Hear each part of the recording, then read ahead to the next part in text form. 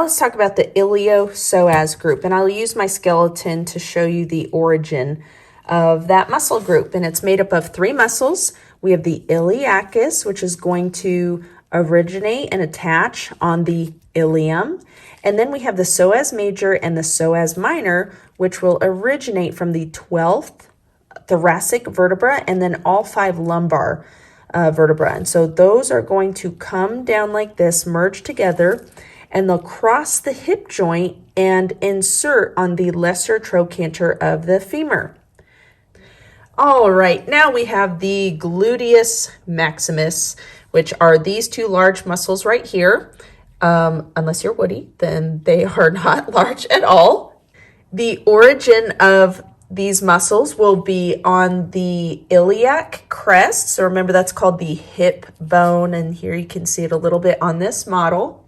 And then it will also originate on the sacrum and the coccyx. So remember, that is this portion right here, and the coccyx is commonly referred to as the tailbone.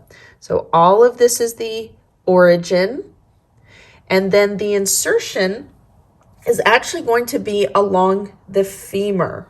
We have 2 insertion points. One is going to be the gluteal tuberosity, which is on the posterior side of the femur. And then the other one is actually going to be on the IT band, or iliotibial tract. And that's going to go all the way down like so. The Gluteus Maximus is going to do a couple things. The main thing is that the Gluteus Maximus is the agonist of thigh extension, or extension at the thigh. So going just like so. Let me turn Woody over so you can see. If we start like this, that is extension at the hip joint, or extension of the thigh. Make sure you are using the correct terms when you're using anatomical terminology. One other action of the Gluteus Maximus is to laterally rotate, and that makes sense because remember, the insertion points are here, the origin is up here. So if the insertion moves toward the origin, that is going to cause the lower extremity to laterally rotate, or cause the toes to move outward like that. Next, we have the Gluteus Medius. So again, always slow it down and think about the names because they give you hints as to where they are.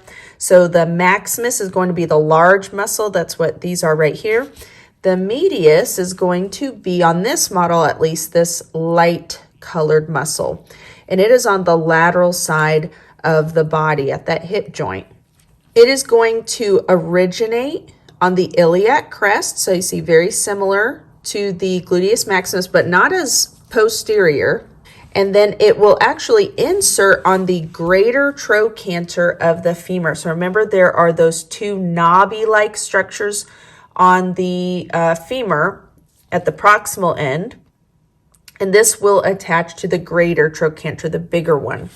On Woody right here, so just note, he's flipped around, so we're on the left side. This is where that Gluteus Medius would be. And when the Gluteus Medius contracts, it is going to cause abduction at the hip, or abduction of the thigh. It's one of the adductor muscles. And now let's talk about the adductor group, and I'll go into the specific muscles in just a moment here. But big picture, we really want to think about this before we dive into the details. If you are an abductor, abductor, you're going to be more on the lateral side, so that when you contract, you're going to pull it outwards like that. So therefore, if you are an adductor, you're adding it back to the midline, you're going to be on the inside. So let's dive in, take a closer look at these muscles on the model to look at the adductor group. Big picture, before we dive in, this is the adductor group, these muscles right here. And the origin for all these muscles will be on the pubis, or there's a little bit on the ischium. So way up here within the pelvic girdle. And then most of the insertion points are going to be on the femur itself. and a little bit on the tibia. So now let's break down those specific adductor muscles. The first one I want to show you is the Pectineus, which is number 33 on this model. Now, remember, do not memorize the numbers. The numbers are meant to help you study, but you really do yourself a disservice if you just memorize the numbers, because what if you are asked about it on this side? So you really want to make sure you know where it is. So 33 here, but this is the right pectineus over here. And the origin of the pectineus is going to be on the pubis. So remember that pubic bone is going to be right here. And then it will insert onto the femur. The next one is the Adductor Longus, which is this muscle right here. It also originates on the pubis, and that's how you know that this is the Adductor Longus, because if you follow it like that, you can imagine the pubic bone as such, and then this will insert on the linea aspera of the femur. Remember, that's on the back side of the femur, so it really gets tucked in down there. Not shown on this model, but we do have this on other larger models, is the Adductor brevis, and that is going to be a deeper muscle in between the pectineus and the Adductor longus. Normally you can see a little sliver of it kind of in this area, but on this model it is not labeled. The next one is the Adductor Magnus. Now that name Magnus refers to its size. It's actually the largest of the adductor muscles, but kind of comically on this model, it is the tiniest little sliver. And the reason why, it's because it is tucked underneath, okay? So just know that the Adductor Magnus is going to originate on the pubis and kind of the inferior portion of it, and it's going to run all the way down here, and it spans, when it inserts on the femur, it's actually going to span a pretty decent length, like this whole area right here, but it's tucked underneath. And on this model, for my students, we can only see a little sliver of it. On the right side, it would be this little part right here. I wanted to show you the Adductor Magnus on the posterior side because I think it's really important. Here you can see the Adductor Magnus really well, okay? And I've labeled the Gracilis just to give you some context there. So make sure that you know from this perspective, this little triangular portion right here is part of the Adductor Magnus. Last but certainly not least, we have the Gracilis, and this one, which is number 34 in this model, is kind of the easiest one, in my opinion, to recognize because it is the inner leg muscle, okay? It is going to originate on the inferior portion of the pubis, and then it's going to go all the way down, and this muscle actually inserts onto the medial surface of the tibia, so it goes beyond this knee joint right here. So let's just review these really quickly on both sides. This right here is the left pectineus. The right pectineus is this muscle here. Then we have the left adductor longus. This is the right adductor longus. Then we have just that little sliver of adductor magnus. And on the right side, it would be just that little sliver right here. And then we have the fairly large gracilis on the left side. And here it is on the right side. And those are your major adductor muscles. Okay, now let's talk about a really cool muscle called the Sartorius, and that is denoted by number 31 in this model. Here's the left Sartorius, here is the right Sartorius. The origin is actually going to be the anterior superior iliac spine. Now remember, we can break that down. Anterior, closer to you, superior, higher upwards, and iliac spine.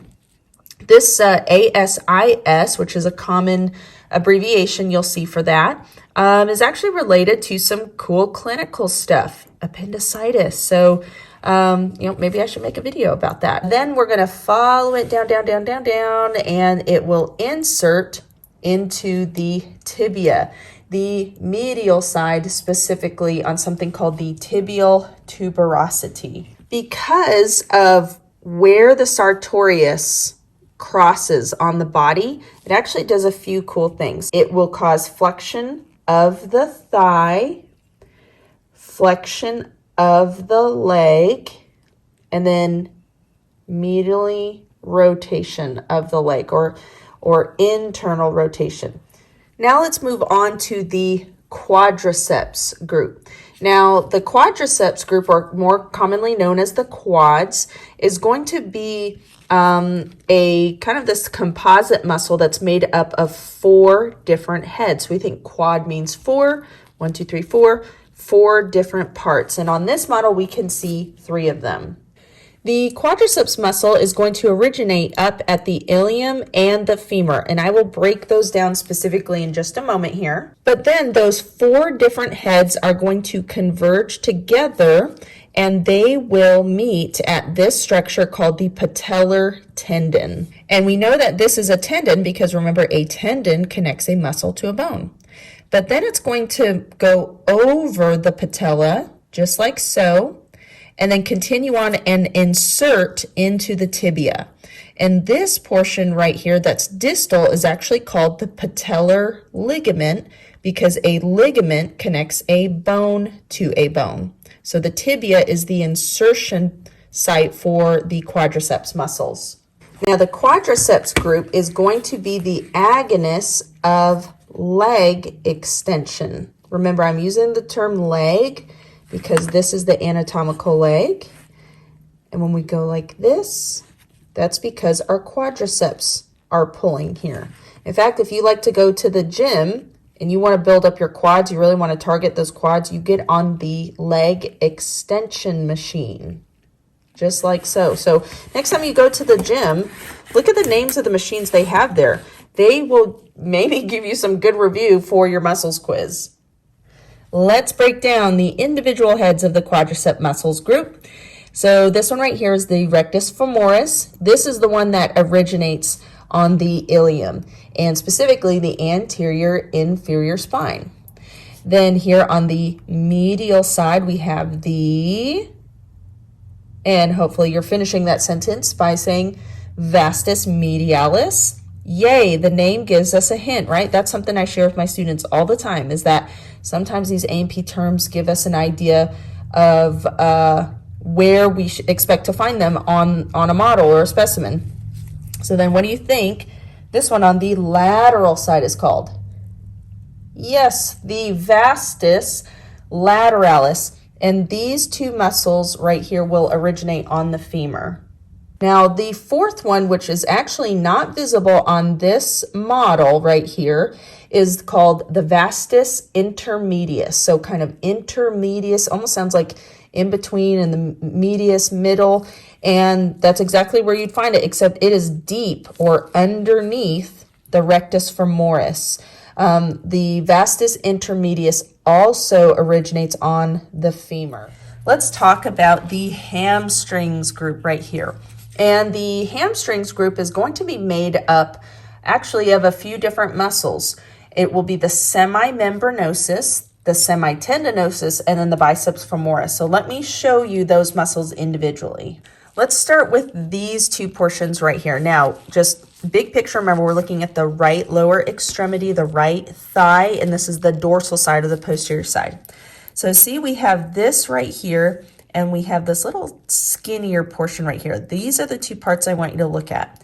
This little skinny portion right here is going to represent the semimembranosus. And the way that I remember that is that the semimembranosus is medial. So membranosus is medial. Then this one right here is the semitendinosus. So semimembranosus, and the larger one is the semitendinosus. Both of these are going to originate on the ischial tuberosity, and then they will insert onto the tibia. Now let's look at this part right here. This portion of the hamstring, so the lateral portion, is going to be called the biceps femoris. Now, you've seen that term biceps before. What does bi mean? 2. And the reason why this is called the biceps femoris is because it is made up of a long head and a short head. So the short head is actually going to be this little sliver right here. Now the biceps femoris is going to originate, on the ischial tuberosity, just like these two over here. But then the short head actually attaches to the femur as well, the linea aspera, which is that kind of raised portion on the posterior side of the femur. And then these muscles are going to insert on the fibula. The primary action of the hamstrings group is to cause flexion of the leg, or as I like to also say, flexion at the knee. So whenever you go like this, it's because your hamstrings are pulling together. So a couple other movements are involved with each side of the hamstring. So if the medial portion is contracting, it will cause medial rotation, meaning those toes are swinging or pointing medially. We also call this internal rotation. And then if the biceps femoris is contracting, that will cause a lateral rotation, or we call that external rotation. Next, we have the gastrocnemius, also known as the calf muscle, and there is going to be a lateral head and a medial head, and that helps you remember the origin of this muscle, which will be the lateral and medial condyles of the femur. The gastrocnemius is going to come distally like this, and then it will actually insert into the calcaneus, which we commonly refer to as the heel, via the calcaneal tendon. And you have probably heard of this tendon before. It is also known as the Achilles tendon. Okay, to show you the action of the gastrocnemius, I had to go grab Pete the cat. We love Pete the cat in our house. And Woody's ankles don't move. So here we go. Use what you got, right? Okay, so whenever the gastrocnemius contracts, it will be the agonist of plantar flexion. Okay, or you're going to like plant your toes into the ground, just like that. So plantar flexion of the foot or plantar flexion at the ankle. One other thing the gastrocnemius does is it also causes flexion at the knee joint or flexion of the leg. So we just talked about the hamstring muscles, and that's the agonist of that. But whenever you are doing this, your calf muscles are also activated. Next, let's talk about the fibularis or Peroneus longus. Now, when I say fibularis, does that remind you of any skeletal features? And hopefully you're saying, yes, that reminds me of the fibula, which is the lateral bone. So the fibularis longus is going to be the muscle along the fibula. The origin of this muscle will be on the fibula, and then a little portion of it is going to be on the tibia as well. So from here, the fibularis longus is going to come all the way down, and it's going to go underneath the foot like so, and it will insert right here on the first metatarsal and the medial cuneiform. Okay, so remember your big toe is going to be number 1, so it's going all the way under and inserting right there. The primary movement of the fibularis longus is going to be eversion. So remember those two terms, eversion and inversion. Eversion is when the sole of the foot comes outwards like this. So this is eversion. Okay, and actually let me show you straight on. That is eversion. Remember, it is not this. This is external rotation. That's a rotation movement. Eversion is this. Inversion is like that. Okay, so let's make sense of this. If this muscle originates up here and it goes all the way under and basically attaches here, it therefore makes sense that when this muscle shortens or contracts, it's going to pull the foot like so and evert. Just to show you on this side, and for those of you who are using the numbers to study, it is number 45. It's going to go all the way down like so. And then we have the Tibialis Anterior, which is going to be number 3 on this model. It's right by the tibia, and as you can see, it is going to be the one that runs medially. The origin of the Tibialis Anterior is going to be the lateral condyle as well as the shaft. We have this thing called an interosseous membrane, and if you have ever had shin splints, you have felt this before. That's when you have little micro tears within the attachment site. And that's going to run all the way down right here and attach to the first metatarsal as well as the medial cuneiform, just like the Fibularis Longus. Now make sure you're paying attention to the big picture of where things connect. This one right here, which just happens to be 42 on this model, is not the Tibialis Anterior. This is the extensor digitorum longus, and the way that you can tell the difference between the two is that this muscle is going to connect to the 2nd through 5th digits right here, the toes.